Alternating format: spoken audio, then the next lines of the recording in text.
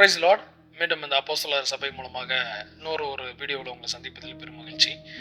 அப்போ நம்ம இன்னைக்கு இந்த வீடியோவில் நம்ம என்ன பார்க்க போகிறோம் அப்படின்னு பார்த்தீங்கன்னா, நிறையா கிறிஸ்தவங்களுக்கு என்ன சந்தேகம் அப்படின்னு கேட்டிங்கன்னா, நம்ம ஜெபம் பண்ணுறோம், பிரச்சனையில் இருக்கோம், நம்மளுக்கு என்ன செய்ய மாட்டேங்குது, தேவன் நம்மளுடைய வார்த்தையில் கேட்குறாரா, நம்மளுடைய ஜெபங்கள் கேட்கப்படுதா அப்படிங்கிறதே நம்மளுக்கு தெரிய மாட்டேங்குது அப்படின்னு நிறைய பேர் கவலைப்படுறாங்க.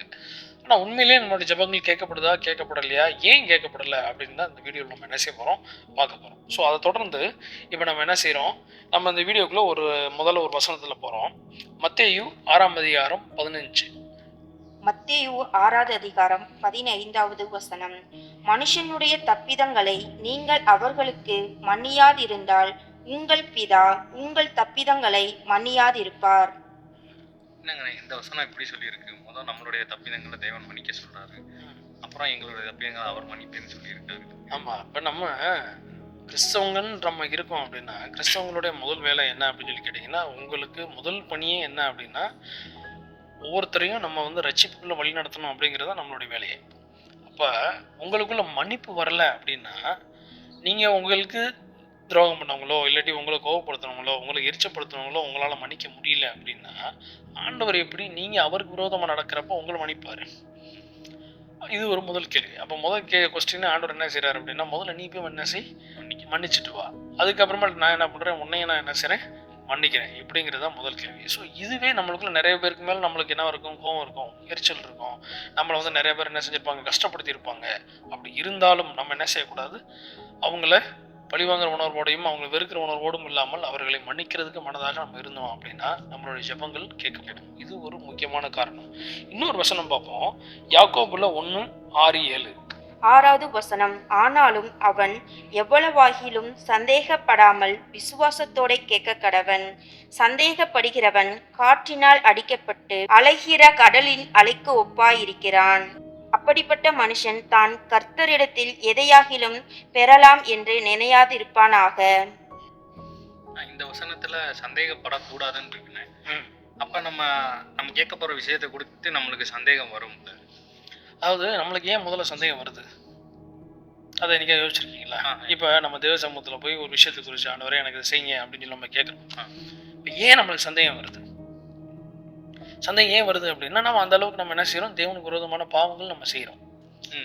ஸோ அதனால இப்போ நம்ம போய் ஆண்டவர்கிட்ட கேட்குறோமே, அப்போ ஆண்டவர் நம்மளுக்கு இது செஞ்சிருவாரா இப்படின்னு நம்மளுக்குள்ள ஒரு சந்தேகம் நம்மளுக்குள்ள வருது. ஆனால் ஆண்டவர் என்ன சொல்றாரு, நீ என்னிடத்தில் வரும் பட்சத்தில் என்னை நீ நாடி வந்துட்ட அப்படின்னா உனக்கு என்ன வேணும், அந்த இடத்துல விசுவாசம் வேணும். அப்போ விசுவாசம், என்னை நீ நம்பும் போது நான் உனக்கு என்ன செய்வேன். அப்ப அவிசுவாசமா நீ என்னை நாடும் போது நீ எப்படி இருப்ப அப்படின்னா, அலைகடல்ல அடிக்கப்பட்டு போயிட்டு இருக்க ஆற்றங்கரையில போற மாதிரி நீ என்ன செய்வ, அடிக்கப்பட்டு போயிடுவ.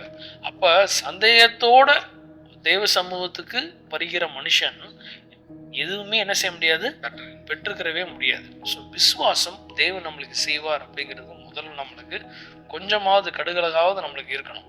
ஸோ விசுவாசத்தோடு ஜெபம் பண்ணீங்க அப்படின்னா அது உங்களுக்கு கண்டிப்பாக கிடைக்கும். சரி, இப்போ அடுத்த வசனத்துக்குள்ள போவோம். அதிலே நம்ம யாக்கோபுல 4:3 3வது வசனம். 3வது வசனம். நீங்கள் விண்ணப்பம் பண்ணியும் உங்கள் இச்சைகளை நிறைவேற்றும்படி செலவழிக்க வேண்டும் என்று தகாத விதமாய் விண்ணப்பம் பண்ணுகிறபடியினால் பெற்றுக்கொள்ளாமல் இருக்கிறீர்கள்.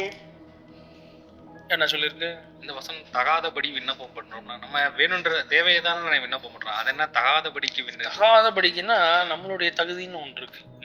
அதாவது இப்போ ஒரு நார்மலாக நம்ம ஒரு மிடில் கிளாஸாக இருக்கோம்னு வைங்களேன், ஒரு மிடில் கிளாஸ் ஃபேமிலிக்கு நம்மளுக்கு என்ன தேவையோ அதை நம்ம கேட்கணும். அதாவது ஒரு கணவர் என்ன செய்வார் அப்படின்னு சொல்லி கேட்டிங்கன்னா, ஒரு 20,000 30,000 சம்பளத்தில் என்ன செய்வார், வேலை பார்ப்பார். ஒரு சில வீடுகளில் ஒய்ஃப் என்ன செய்வாங்க, ஹவுஸ் ஒய்ஃபாக இருப்பாங்க. இன்னும் ஒரு சில வீடுகளில் என்ன செய்வாங்க, வீட்டிலே இருப்பாங்க. அவங்க ஏதாவது ஒரு 10,000 சம்பளத்துக்கு வேலைக்கு போவாங்க.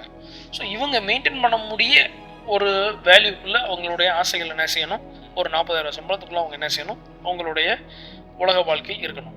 அப்போ இவங்க ஒரு கார் வேணும்னு ஆசைப்படுறாங்க அப்படின்னா அதை அவங்களால மெயின்டைன் பண்ண முடியுமா? கேள்விக்குறிதான். அப்போ பைக்குக்கே நம்மளால் என்ன செய்ய முடியலனா ஒரு பெட்ரோலை போட்டு அதுக்கு தேவையான சர்வீஸ் நம்ம பண்ணி அதை நம்மளால் என்ன செய்ய முடியல. நம்மளோட குடும்ப செலவுகள் அந்த அளவுக்கு இருக்குது, பிரச்சனைகள் இருக்குது. அப்போ நம்ம ஒரு ஆடம்பரத்துலையும் ஒரு பெருமையிலும் நம்ம என்ன செய்யறோம், நம்ம சொந்தக்காரங்களுக்கு முன்னாடி ஒரு கௌரவமாக வாழணும் அப்படின்ற ஒரு போராட்டத்தில் ஒரு கார் வாங்கணும்னு அவங்க நினைக்கிறாங்க. அப்போ அந்த அவங்களுடைய செலவே எவ்வளோ இருக்கும்னா அந்த கார் செலவை மெயின்டைன் பண்ணுறதுக்கு தான் அவங்களுடைய சம்பாத்தியமாகவே இருக்குது. அப்படி இருக்கும்போது எனக்கு கார் வேணும்னு கேட்டால் ஆண்டவர் எப்படி கொடுப்பாரு? ஸோ உங்களுடைய விண்ணப்பங்கள் எப்படி இருக்கணும்னா உங்களுடைய வாழ்க்கைக்கு ஏற்றபடி முறையானதாக என்ன செய்ய தேவ சமூகத்தில் வைங்க. அப்படின்னா தான் அது உங்களுக்கு என்ன செய்யும், அந்த ஜெபமும் கேட்கப்படும். இப்போ அடுத்த வசனத்துக்குள்ள நம்ம போவோம். ஏசாயா 59:2வது வசனம். 2வது வசனம், உங்கள் அக்கிரமங்களை உங்களுக்கும் உங்கள் தேவனுக்கும் நடுவாக பிரிவினை உண்டாக்குகிறது. உங்கள் பாவங்களை அவர் உங்களுக்கு செவி கொடாதபடிக்கு அவருடைய முகத்தை உங்களுக்கு மறைக்கிறது. இப்போ எங்களுடைய அக்கிரமங்கள்னா நாங்கள் தினந்தோறும் வாழ்க்கையில் செய்கிற அன்றாட வாழ்க்கையில் செய்கிற அக்கிரமங்கள்னா என்னென்ன சொல்லுவோம்? அக்கிரமங்கள்னு நீ எதை நினைக்கிற? எங்களுக்கு தேவையான வாழ்வாதாரத்துக்கு தேவையான அன்றாட தேவையான கௌரவம், பெருமை, ஒவ்வொரு நாளும் எங்களுக்கு ஒரு ஸ்டேட்டஸ் தேவைப்படுது. அதுக்காக நாங்கள் இதுக்காக வேண்டி நம்ம என்ன செய்யறோம், ஒரு சில முயற்சிகள் என்ன செய்யறோம், எடுக்கிறோமா பண்ணுறோம். ஸோ அந்த அக்கிரமங்கள்னு நம்ம குறிப்பாக பார்க்க போனோம் அப்படின்னா இன்றைக்கி பார்த்தீங்க அப்படின்னா கிறிஸ்தவ சபைகளில் நிறைய விஷயங்கள் ஓப்பனாக வெளியே பேச மாட்டாங்க. அதில் நம்ம என்ன பேசுகிறோம் அப்படின்னு சொல்லி பார்த்தீங்க அப்படின்னா பெரும்பாலும் பேர் எல்லாரும் ஓப்பன் என்ன செய்யறதில்ல, விபச்சாரம் செய்யாதீர்கள் அப்படிங்கிறத இன்சிஸ்ட் பண்ணுறது யாருமே கிடையாது. ஸோ அது நம்ம செய்யாமல் தான் இருந்தாகணும். ஸோ அடுத்தவங்களுடைய பொருளுக்கு நம்ம இச்சிக்காமல் இருக்கணும். ஸோ அவங்கக்கிட்ட அது இருக்குது, அதே மாதிரி நம்மளுக்கும் அது வேணும். ஸோ இந்த மாதிரி நம்ம நினைக்கிறது, இதுக்காக வேண்டி உங்களுடைய வாழ்நாட்களை என்ன செய்கிறது, போராடுறது. அப்போ ஒருத்தன் இடத்துல இருக்கக்கூடிய ஒரு பொருள் நல்லா இருக்குது அப்படின்றதுக்காண்டி நம்மளால் அதை வாங்க முடியும்னு அதை கெடுக்கிறதுக்கு முயற்சி பண்ணுறது. ஸோ இந்த மாதிரியான உதாரணங்கள் நிறைய நம்ம சொல்லிக்கிட்டே போகலாம். இப்போ நம்ம ஒரு தொழில் வச்சுருப்போம், அந்த தொழில் அவங்களும் அதே தொழில் பண்ணுவாங்க. அங்கே இருக்கக்கூடிய வேலைக்காரர்கள் பார்த்தீங்க அப்படின்னா அந்த முதலாளிக்கு உண்மையாகவும் நேர்மையாகவும் நல்லா வேலை செய்யக்கூடிய ஒருத்தனாக இருப்பான். அப்போ அவனை என்ன செய்யறதுன்னா அந்த முதலாளிக்கு விரோதமாக அவனை எதிர்த்து அவனை கொண்டு வரது நம்மளுடைய தொழிலில் என்ன செய்யறது, அவனை சேர்த்துக்கிறது. ஸோ இந்த மாதிரியான அபகரிப்புகள் நம்ம என்ன செய்யக்கூடாதுன்னா பண்ணக்கூடாது. ஸோ இந்த மாதிரியான அக்கிரமங்கள் தேவனுக்கு விரோதமானதாக அது என்ன செய்யப்படுது, சொல்லப்படுது. இப்போ இன்னைக்கு இருக்கக்கூடிய நிறைய கிறிஸ்தவங்களை பார்த்தீங்க அப்படின்னு வச்சுங்களேன், ஆண்டவர் என்ன சொல்றாரு அப்படின்னா 4 நட்சத்திரம் கிரகங்கள் இதெல்லாம் எதுவுமே என்ன செய்யாதீங்க, பார்க்காதீங்க, நான் ஒருத்தர் தான் உண்மையான தேவன்னு சொல்றாரு. நிறைய பேர் அதை பார்க்குறாங்க, நல்ல நேரம் பார்க்குறாங்க, கெட்ட நேரம் பார்க்குறாங்க. அப்போ அவங்க எது கிறிஸ்தவ வாழ்க்கையை கடைபிடிக்கிறாங்கன்றது தெரியல. நிறைய பாஸ்டர்ஸும் அதை என்ன செய்யறது கிடையாது, இன்சிஸ்ட் பண்ணுறது கிடையாது, அதை சொல்கிறதும் கிடையாது. ஸோ இதெல்லாம் தேவனுக்கு விரோதமானது. ஸோ இந்த மாதிரியான விஷயங்களை நம்ம பண்ணுறோம் அப்படின்னா இதுக்கு எப்படி இது நம்மளுக்கு ஒப்பாக இருக்குது அப்படின்னு கேட்டிங்க அப்படின்னா தேவனுக்கும் நம்மளுக்கும் இது இடையே எப்படி இருக்குது, முகத்தை மறைக்கிற மாதிரி இருக்கு. நீங்க எப்படி ஜெபம் பண்ணாலும் உங்களுடைய விண்ணப்பம் அவருடைய சமூகத்துக்கு இந்த குற்றங்கள் செய்தீர்களானால் உங்களால போகவே போகாது உங்களுடைய விண்ணப்பம். சரி, இது எப்படியே இருக்கட்டும். இதுக்கு அடையாளமா நம்ம இன்னொரு வசனத்தை ஒன்று வாசிப்போம். ஆதியாகமத்துல 2ஆம் அதிகாரம் 6வது வசனம். 6வது வசனம், அப்பொழுது மூடுபனி பூமியிலிருந்து எழும்பி பூமி எல்லாம் நனைத்தது.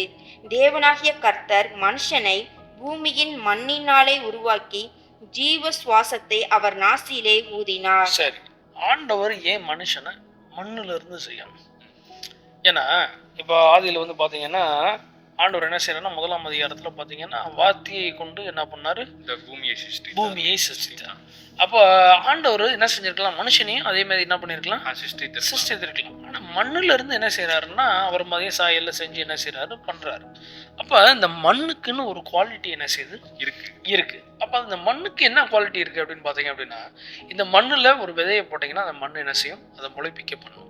ஸோ ஒரு மண்ணில் இருந்து தான் ஒரு உயிர் ஜன்னு நம்மளுக்கு என்ன செய்யப்படுது, உயிர்ப்பிக்கப்படுது. அப்போ மண்ணில் இருக்கக்கூடிய மனுஷனுக்குள்ள நீங்கள் எதை போட்டாலும் அது என்ன செய்யும், உருவெடுக்கும். அது ஒரு ஆணவமாக இருக்கலாம், பெருமையாக இருக்கலாம், உங்களுடைய எழுச்சியாக இருக்கலாம், உங்களுடைய வளர்ச்சியாக இருக்கலாம், அது எதானாலும் என்ன செய்யும், இருக்கும். ஆனால் தேவனுக்கு விரோதமாக நீங்கள் அதை நீங்கள் முயற்சிச்சிங்கனாலும் அது உங்களுக்குள்ள அது என்ன செய்யும், வளரும். ஆனால் எதை நம்ம தேவனுக்கு சாதகமாக நம்ம வளர்க்குறோம் அப்படிங்கிறது தான் இங்கே நம்மளுக்கு முக்கியமான ஒரு விஷயம். அப்போ இதுதான் நம்மளுக்கு அடுத்த அடையாளம். நம்மளுக்கு என்ன சொல்லப்படுது அப்படின்னா தாழ்ச்சியாக இருங்க. மண் எப்படி இருக்குது, எல்லாரும் மிதிக்கிற மாதிரியும் எல்லாரும் நடக்கிற மாதிரியும் அது மேலே தான் நீங்கள் வீடு கட்டுறீங்க, அது மேலே தான் நடக்கிறீங்க, அது மேலே தான் போகிறீங்க. ஆனால் மண் என்ன செய்யறதில்ல, எப்பயுமே நம்மளை எதுவுமே பண்றது கிடையாது. அப்ப தேவ சமூகத்தை நம்ம எப்படி இருக்கணும்னா ஒவ்வொரு மனுஷன்கிட்டையும் தாழ்ச்சியா மண்ணை போல் நாம் இருக்க வேண்டும். ஸோ அந்த அடையாளத்துக்காண்டி தான் ஆண்டவர் என்ன செய்றாரு, நீ மண்ணிலிருந்து உருவாக்கப்பட்ட, மீண்டும் நீ மண்ணுக்கே போவ, மண்ணா நீ வாழ்ந்தேன்னா கிறிஸ்தவத்தை நீ சுதந்திரித்துக் கொள்வாய்ன்னு ஆண்டவர் சொல்றாரு. சரி, இது எப்படி இருக்கட்டும், இன்னொரு வசனத்தை வாசிப்போம். 1 பேதுரு 3:7. 7வது வசனம். அப்படியே புருஷர்களே, மனைவியானவள் பலவீன பாண்டமாய் இருக்கிறபடியினால் உங்கள் ஜெபத்துக்கு தடை வராதபடிக்கு நீங்கள் விவேகத்தோடு அவர்களுடனே வாழ்ந்து உங்களுடனே கூட அவர்களும் நித்திய ஜீவனாகிய கிருபையை சுதந்திரித்துக் கொள்கிறவர்கள் ஆனபடியினால் அவர்களுக்கு செய்ய வேண்டிய கனத்தை செய்யுங்கள். தம்பி கல்யாணம் பண்ணிட்டீங்களா? இல்லைண்ணே. அப்போ தம்பிக்கு வந்து அனுபவம் பத்தாது. அதாவது இப்போ பொதுமாக கேட்டீங்க அப்படின்னா, கல்யாணம் பண்ணிட்டீங்கன்னா உங்களுக்கு அந்த அனுபவம் வந்துடும். என்ன அப்படின்னு சொல்லி கேட்டீங்க அப்படின்னா, பெரும்பாலும் வந்து இன்னைக்கு பெரிய பிரச்சனைகள் வந்து எப்படி வருதுன்னா குடும்பத்துக்குள்ள தான் வருது, கணவன் மனைவிக்குள்ள தான் என்ன செய்யுது வருது. அப்போ ஆண்டவர் என்ன சொல்லிட்டாரு, இந்த புருஷன்மார்கள், நாளைக்கு நீங்களும் கல்யாணம் பண்ண போறீங்க, கேட்கக்கூடிய அனைத்து புருஷன்மார்களும் நல்லா தெரிஞ்சுங்க. பைபிள் தான் சொல்லியிருக்கு. 1 பேதுரு 3ஆம் அதிகாரத்துல 7வது வசனம் என்ன சொல்லியிருக்குன்னா, உங்களுடைய மனைவிகளிடம் எப்படி வாழ்ந்து பழகுவீங்களா, எப்படி வாழ பழகணும்,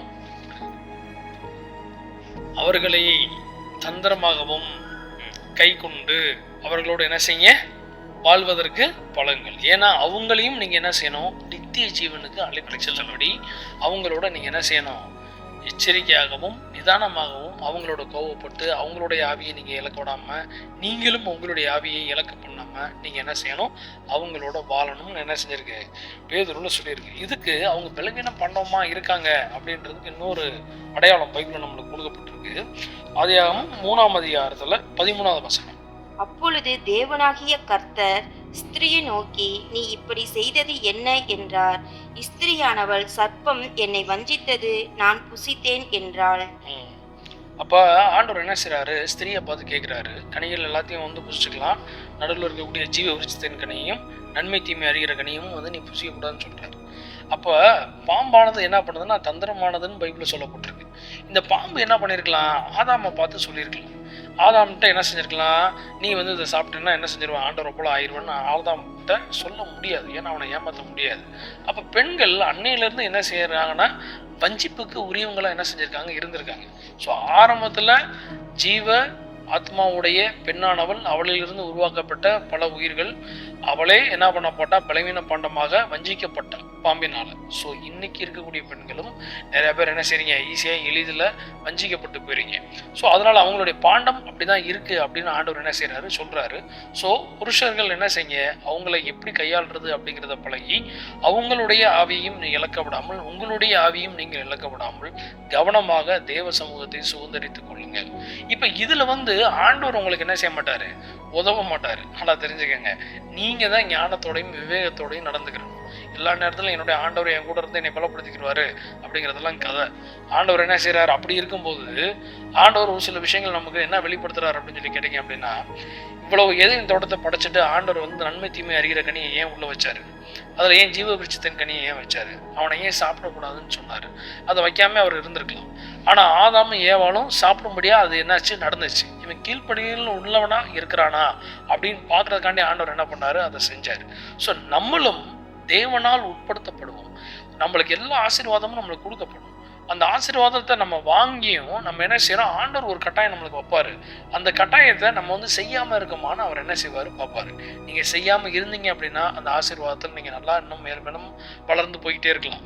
ஆனா செய்யக்கூடாதுன்னு சொன்னதை வேற வழி இல்லைங்க, சொந்தக்காரங்க விட முடியாதுங்க, பிள்ளை அப்படி பண்ணிட்டாங்க, என்னுடைய சூழ்நிலைங்க, செய்ய வேண்டியது ஆயிடுச்சுங்கன்னு சொல்லி போய் பாவத்துல விழுந்துட்டீங்க அப்படின்னா திரும்ப நீங்க வந்து என்ன செய்வீங்க, ஏதேன் தோட்டத்துல இருந்து துரத்தப்படுவீங்க. கஷ்டப்பட்டு தான் நீங்க ஆசீர்வாதத்தை தேடி ஆகணும். இதுதான் உண்மை. சரிங்களா? இந்தந்த விஷயங்கள்ல எல்லாத்துலேயுமே நீங்க வந்து பலப்பட்டு தேவ சமூகத்துக்கு உரியவர்களாக நீங்கள் நடந்தீங்க அப்படின்னா உங்களுடைய ஜெபங்கள் என்ன செய்யும், கேட்கப்படும். ஸோ இதெல்லாம் வந்து நம்ம கடைப்பிடிக்காமல் இருந்துட்டோம் அப்படின்னா நம்மளுடைய ஜெபங்கள் என்ன செய்யாது, தேவ சமூகத்துக்கு போகாது. ஸோ இன்றைய வீடியோ வந்து உங்களுக்கு சொல்கிறது என்ன அப்படின்னா, ஏன் நம்மளுடைய ஜெபங்கள் கேட்கப்படலை அப்படிங்கிறத ஆண்டவர் உங்களுக்கு என்ன செஞ்சிருக்காரு, இந்த வீடியோ மூலமாக வெளிப்படுத்தியிருக்காரு. மேலும் அடுத்த வீடியோவில் உங்களை சந்திப்போம். Praise the Lord.